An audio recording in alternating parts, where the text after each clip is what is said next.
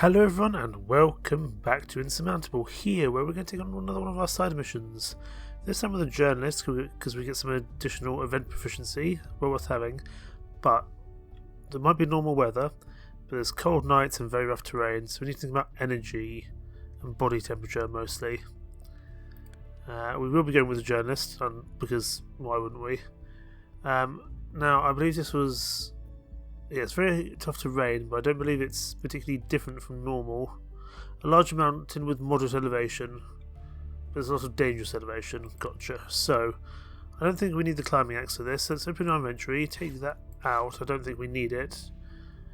Well, something which helps with our body temperature. Honestly, I might take the fur gloves, but I'm hoping we can find something en route. Something which is just an all-round use of energy costs. Climbing gloves wouldn't be the worst thing in the world. Okay, we'll take the climbing gloves. It's just helpful for energy all round, and then we'll take 2 food, an oxygen tank, and a tent. Basically, our standard setup, I would say. Right, let's get cracking. Let's see what we deal with here, because I'm not sure it's going to go well. I don't use the journalist that often. It's not a character that I use very often, but I've got to try it at least. There's a new task waiting for you, a new challenge to master. You head out once again into the unknown. Here we are, and it's not too far away, and it doesn't look too steep, which is good. Of course, we will end up in the death zone quite a bit, but let's start getting to some events, see what we can find. There's a lot of dangerous terrain around, as we can see. Again, we probably want to try to utilise caves as much as possible in the early part of this expedition. A local man sitting on a rock face waves you over. As you approach him, he holds out an oxygen bottle. His face is contorted with pain. He says something to you, but you don't understand a word. We can spend some time to find out what's wrong with him. That's a lot of time. But we'll take the time. It may come back and help us in the long run. You look at the stranger who keeps scratching his shoulder. You're sure that he's dislocated it. You gesture to him to hold out his hand to you. You put it with a jerk. He screams. Then there's silence. A few seconds later, the stranger is beaming you. He offers you the oxygen bottle, which you take. You're glad you're able to help him. It's some experience points as well, but that's a long time to have waited. Not wasted, but a long time to do things. Let's go for... Take it slow, so when we wake up, we'll be a little bit better off. I did see that cave there, so we could potentially head that way.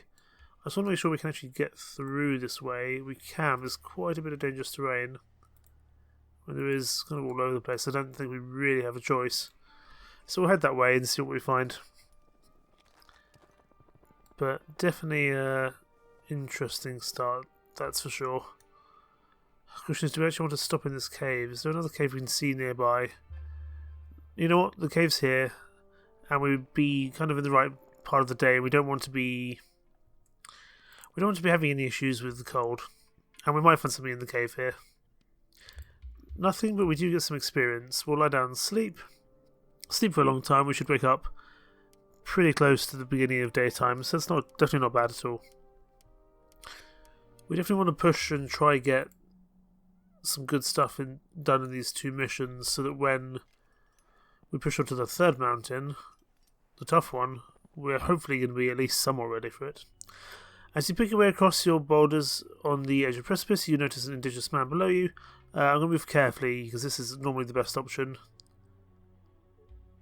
Oh, no, it's not the best option. He's dead. Okay, moving on. Nobody catches your attention, so integrate into the landscape. I'm going to look around but stay outside, because I don't trust another snarl like an animal. A cougar. We'll make our escape. We'll get some level up experience, but I'm definitely not going to push in there, that's for sure. Use consumable item gain 4 body temperature. I'm going to take controlled breathing, I think. I don't think we need the oxygen at the moment, but we may well do in future. Push up to here. This looks relatively safe this way. I'm just hoping we can push up further from there. That's the second time we've managed to kill an indigenous man by going slowly. But really, I feel like if we have to die... If we die doing that, it's not going to be a good outcome. I'm just going to stop here so I can potentially plan out a slightly better route. Can I make it up there? I can. I can also make it up there, and it's less dangerous. Although I won't get the shrine, that's the only thing to consider. But I think this side just presents a few more options for us as kind of in terms of what we're doing. And there's a cave up there. That's going to be a good point for us to head to. But is there a bit of a safer route we can take, perhaps? We can at least get to there safely. Without how much dangerous terrain there is here, I don't really want to push into dangerous terrain unless absolutely necessary. So there's going to be a little bit of dangerous terrain here, but I think that's okay. I want to see what's happening here before I push to the cave.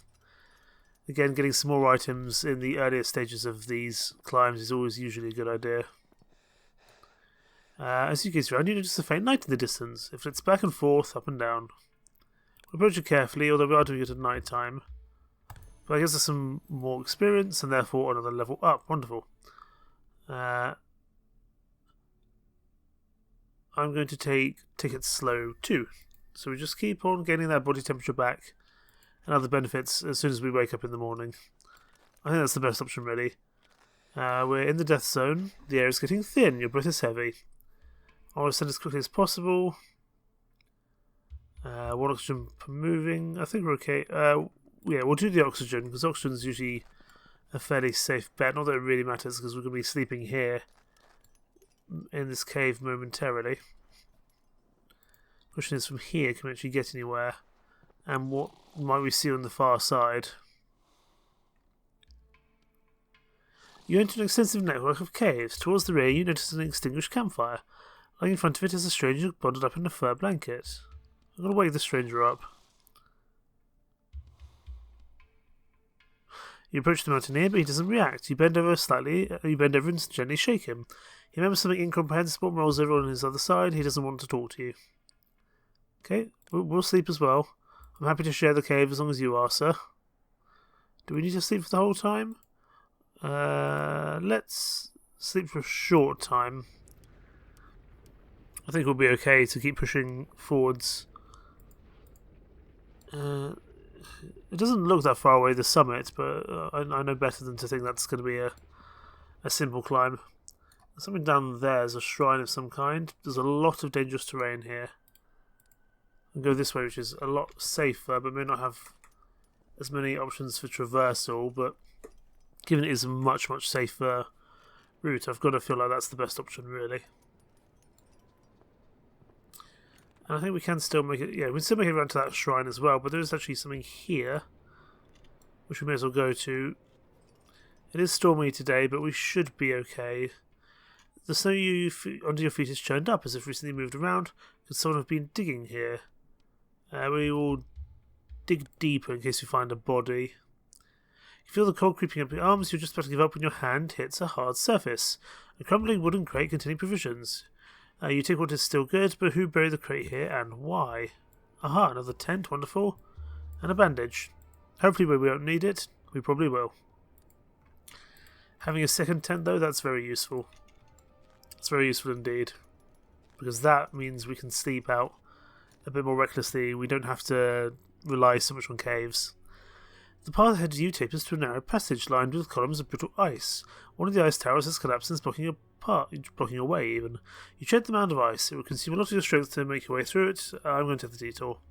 There's no downsides to it. I don't want to have a major health issue, I don't think. I don't think it's a very sensible thing to do. We find a shrine. Wonderful. I can have health or I can have warmth. I don't need health, but I'm happy to take the warmth. And significantly increase my experience gain, control breathing. I'm going to take Under the Stars. Just for when I'm in events, I can get a little bit of body temperature back, and that will be useful and important, I would say. But having a second tent is really useful, because it means I can be a lot more reckless. Although at night time I definitely don't want to be out too long, so once I've done this event I'll probably spend the night here, as I don't see a cave nearby. You encounter a common mountain goat. It's nibbling on some herbs. Approach it in a friendly manner. I'm going to approach it in a friendly manner. The goat looks at you blankly. You just have to keep walking. Maybe we should give it some food. Do I want to sleep? I mean, all my stats are looking pretty good. I'm actually going to push for a little. Oh, do I? Let's push forward a little bit. So we can find down this way. It's not really a great path round. I'm not going to go all the way up there, but I think we will push a little bit during the day, and then we'll stop kind of here, I think. And I think we'll spend one brief sleep here just to get ourselves back and get ourselves back to daytime when things are a lot less cold. I think that's an important step to do. We push forward again, but it should turn to daytime momentarily and things should become a lot easier. You once again encounter a common mountain goat, standing behind a rock and using its head to point emphatically in the direction you're walking. Is it trying to warn you? Let's hide behind the rock too. Walking just a few feet of you, ahead of you is a large wildcat and notices neither you nor the goat. Then it's not a very good wildcat, is it? Interesting. I don't know how quiet we can get to the top of that with all the terrain in the way, but we'll have to see. And whether we go left or right, and also whether we have to deal with something afterwards. Because just because we made it to the top doesn't mean that there's not going to be more to do on the other side as well. Clonk clonk. You climb your way up a sheer wall of ice. You suddenly feel a frigid draft, and a split second later you hear the crash of impact. You throw your head back and see them looming above, enormous columns of ice growing along the cliff face. One of them just settled down into the depths. I'm going to take a detour because I don't think that's going to do well. It's a little bit of energy wasted, a little bit of time wasted, but it's better to be safe than sorry. I'm going to examine the hand because I think we've had this one before. More amputation. We had to deal with an amputation last time. And I'm going to take this one here, Warm Thoughts, because it's the only kind of permanent modifier we have. We'll push up. I'm just going to push up to the shrine. Let's see what we see there. If I can get some sanity back, that would be good. We seem to be struggling somewhat for our sanity at the moment. I mean, we're doing okay for the time being, but it could easily change as things get worse. Hopefully this shrine can give us the sanity back that we need. And does it? Oxygen or energy? I'll take the energy, but that's a bit of an unfortunate waste. Any caves around? I don't see any caves around. We'll push up to this next event and then we can kind of make a decision as to what we're going to do. Because that might dictate, you know, this might dictate what we find here. We could even potentially just keep pushing to all the way to the summit. We can, okay, so we've found a tent, or remains of one.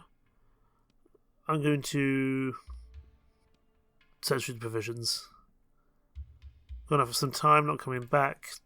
Yeah, I don't think they are. Again, sounds a bit like kind of mountain sickness or potentially hypothermia. I'm going to actually push forward during the day, or during the night, which I wouldn't normally do because we might have issues with body temperature. But we're so close to the summit, I feel like it's really the best option that we have, to be honest. An indigenous man is sitting stumped against the rock face. He does not stir as you approach. As you get closer, you notice the right hand is missing. The stump has been bandaged with stained rags. His eyes are wide and vacant. He must have died a lonely death. We'll bury the stranger. You drag the stranger's body to the little depression in the rock. Just as you begin to cover him in rocks, his legs start to twitch. Startled, you jump back. Could he still be alive? But after a few seconds, the twitching subsides.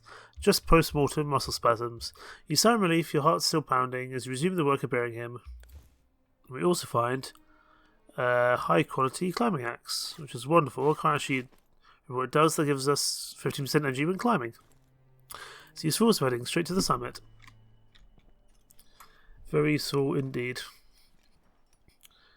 And the summit's really not too far away, although energy and everything's getting low, but I'm hoping we'll be able to... Okay, we can't quite make it to the top. You know what? We've got plenty of tent usage. Let's just sleep briefly. We'll get some energy and some body temperature back, and that should be more than enough to push to the summit, I would imagine. Especially with our newfound climbing axe, that'll be very useful indeed.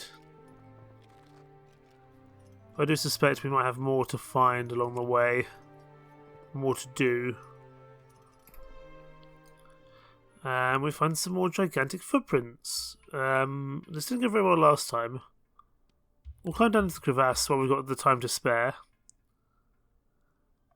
We found some new equipment, although we do get a sprained ankle. Hiking staff. I'm not sure I'm going to use that over my climbing axe, so I'm gonna. Well, I'll take it because I've got space for it. But if I need to drop it, I think I will. For now, though, let's push to the summit and try to work out what we need to do next. If anything, we may not need to do anything at all. You've made it to the summit. A beautiful view is your reward, but more than that, you have gathered plenty of valuable experience which will help you survive up here. But you have not yet come to the end of your explorations. You still have to reach your goal. Yes. Normally with these summits, there is normally an exit point as well, so that's where we need to head to now. We also have another level up. Let's take the... We'll take fresh air, because currently we're keeping our oxygen in a pretty good manner. So I'm more than happy to kind of use that as a good benefit, really. Okay, there's a lot of climbing, that's for sure. It's very steep. We could go a bit of a slow way, but I think the best way is just to go that way as best possible, then just stop when we need to rest. We'll stop right here, and because we're pretty much out of energy from climbing, and we will sleep. We've got plenty of tents to use. We'll sleep for a long time. That should get us a bunch of energy back, which will be useful, although it will lose us some oxygen as we're still in the death zone. Okay, let's keep on going. I think we're just going to take the most direct route. I think that's the best option. Actually, that second tent might really be a lifesaver because it means I can probably just push towards the summit here without too many issues. A St. Bernard! Oh, I love St. Bernards. I met some St. Bernards in Switzerland when I was young, and they were just so friendly, so happy. And he's got a bag strapped to his Sardis for provisions. Another tent, goodness me. And some tea, that might be very useful should we run into issues with temperature. That St. Bernard was a very good boy, most definitely. Okay. It's daybreak, let's keep pushing. We're pushing to that cave. I don't know if we necessarily need to, but it's kind of a good next point to get to. We've twisted our ankle again. It's not terrible. It could be worse. And we will sleep here in this cave, if only just to get our energy back. And then we can keep pushing. I'm not going to search the fault because that's just going to go badly wrong, I think. So I'm just going to sleep. Sleep for a long time. We will be moving through the night, which may not be the best option. It's kind of weird how you can't sleep in the same cave again, but I suppose that makes sense to... I suppose that does make sense to some degree. Terrain is, again, actually weirdly more kind of dangerous on this side than it is on the other one. And we will pause here, I think. We will use one of our tents. We'll sleep for a long time. We've got plenty of kind of charges with our tents, so that's definitely not a problem. We do need to kind of keep an eye out as things are getting stormy and cold. For now, though, we'll move to here. This climbing is definitely having a lot of kind of loss of energy, or is causing a lot of loss of energy. And we do also need to keep an eye out for our sanity as well. It's quite low. That being said, we do have the moon herbs, should we need them. Moon herbs? Yeah, moon herbs. I thought I got it wrong there. A tent hastily erected against the side of a rock wall catches your attention. As you get closer, you discover a sleeping mountaineer. His clothes are torn in places, and you can tell by his face that he's in bad shape. You can't say how long he has left to live or whether he will make it. We will try to treat his injuries. We've got a bandage. You clean his wounds and use one of his bandages to bind them. He opens his eyes and looks at you, bewildered. His strength appears to be coming back, so you help him to sit up. He is very grateful and shares his equipment with you, assuring that he'll be alright from now on. And we get heavy boots. Thank you very much, sir. Hopefully you didn't need them, but if you're going to willingly give them to me, I'm not going to say no, that's for sure. Okay, let's push up to here. I'm not sure if I'm a fan of the journalist. I don't think that the kind of skills the journalist has is kind of right for the playstyle that I'm going to go with. There's a lot of climbing. Even that's too precarious for us to really do. We do have some of these canned foods, so we can keep pushing until night time. The problem is there's just so much damn terrain to go down, and it's really having kind of an effect on our energy levels. And I think this is mostly because the journalist is not a good climber. You know, those two bits there of climbing really cause some big issues for us in terms of energy. Another graze to our ankle. Setting our ankle has been taking a lot of issues. We'll sleep for a long time, and we'll hopefully be able to push to the exit point. If not today, then maybe tomorrow. We are on night 4 and it's stormy, so I can't see a thing. Thankfully the beacon is not too far away. But yeah, I feel like the journalist's energy is not great. She's really not good at climbing at all. Presumably why you kind of get bonus experience for doing this with the journalist, because it's arguably a harder mission than doing it with any of the other two characters. At least that's what I assume, but I'm not entirely sure. We're doing okay. Our sanity's getting lowish. I think we will use one of our moon herbs. The first time we've had to use one in this campaign. I just want to make sure that if we run into anything unexpected, we are ready for it. But for now, though, let's keep pushing to the exit point. And if we need to move somewhere else, we can do. But I think that will probably be the last bit. I don't know, actually. There might be... I can see quite a bit of map around, so there might be some more to do yet. There is a shrine there, should we need it. But let's now, at least, push to the end of the side mission. Wonderful. You've reached your goal, your body feels weak, but your heart is jumping for joy. You know that the mountain is a merciless foe, but this time around, you have defeated it. Excellent. And now the time wheel happens, and we head back to the station. Okay, so quite a bit of... That was an interesting one, actually, because it didn't feel that bad actually ascending to the summit, but on the way down, it kind of felt like climbing was the real issue there, because it really it absolutely knackered our kind of energy economy that we had on that entire mountain. Not good at all.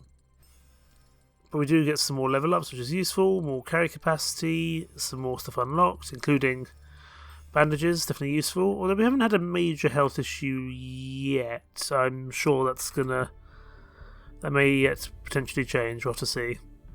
Does the stranger have anything to say? Potentially. Your eyes snap open, and you rub your temples. Back in the station again. And there's the stranger again, already waiting for you. You want to know why she chose you. After all, you're not the only person in these mountains. I tried to make contact with the locals, but it wasn't just that they didn't trust me, they were downright hostile. Well, who could blame them? After all, we showed up on the island uninvited and started making ourselves right at home. But even considering the underlying hostility, it almost worked out once. I spoke to a shaman. His whole body was covered in tattoos. He believed me, but he was also concerned that his mind would stay addled forever. It works like this. If you die out there, all that happens is that time resets. You experience everything all over again, but you don't remember it. If you have the stone with you, though, your memory stays intact, including your memory of your own death. When you come back, your mind might be unscathed, but your body may be unscathed, but your mind, well.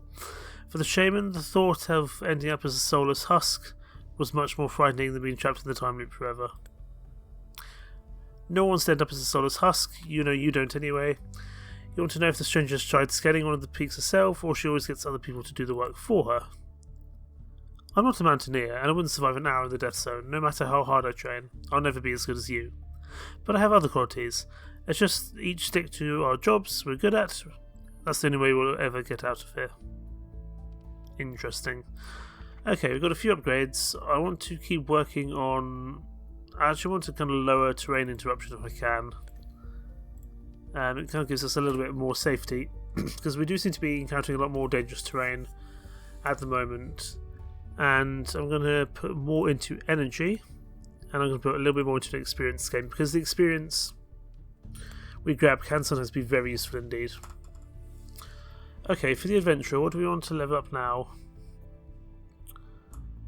We can go for... This is okay, so the adventurer can go for like a night climbing. That's interesting.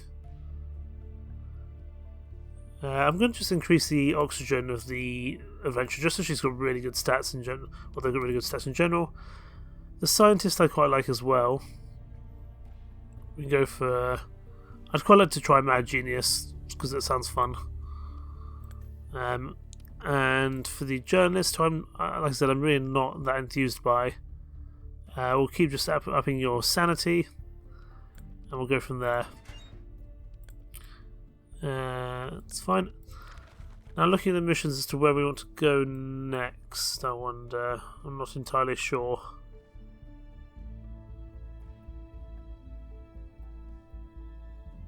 I do also wonder, because there's a map star there, I wonder if it means that's just the first map. I wonder if there's more kind of following on. We might have to see. And I think probably we will do this side mission here next. Normal weather, but very rough terrain. We'll be going with a scientist, which I don't mind. There's a lot of stuff located in the death zone. This is a 4-star mission difficulty, so this one's going to be tough. But I like the scientist. I think that's the one we'll go with. But all that to come next time. In the meantime, thank you so much for watching. Take care. Bye bye.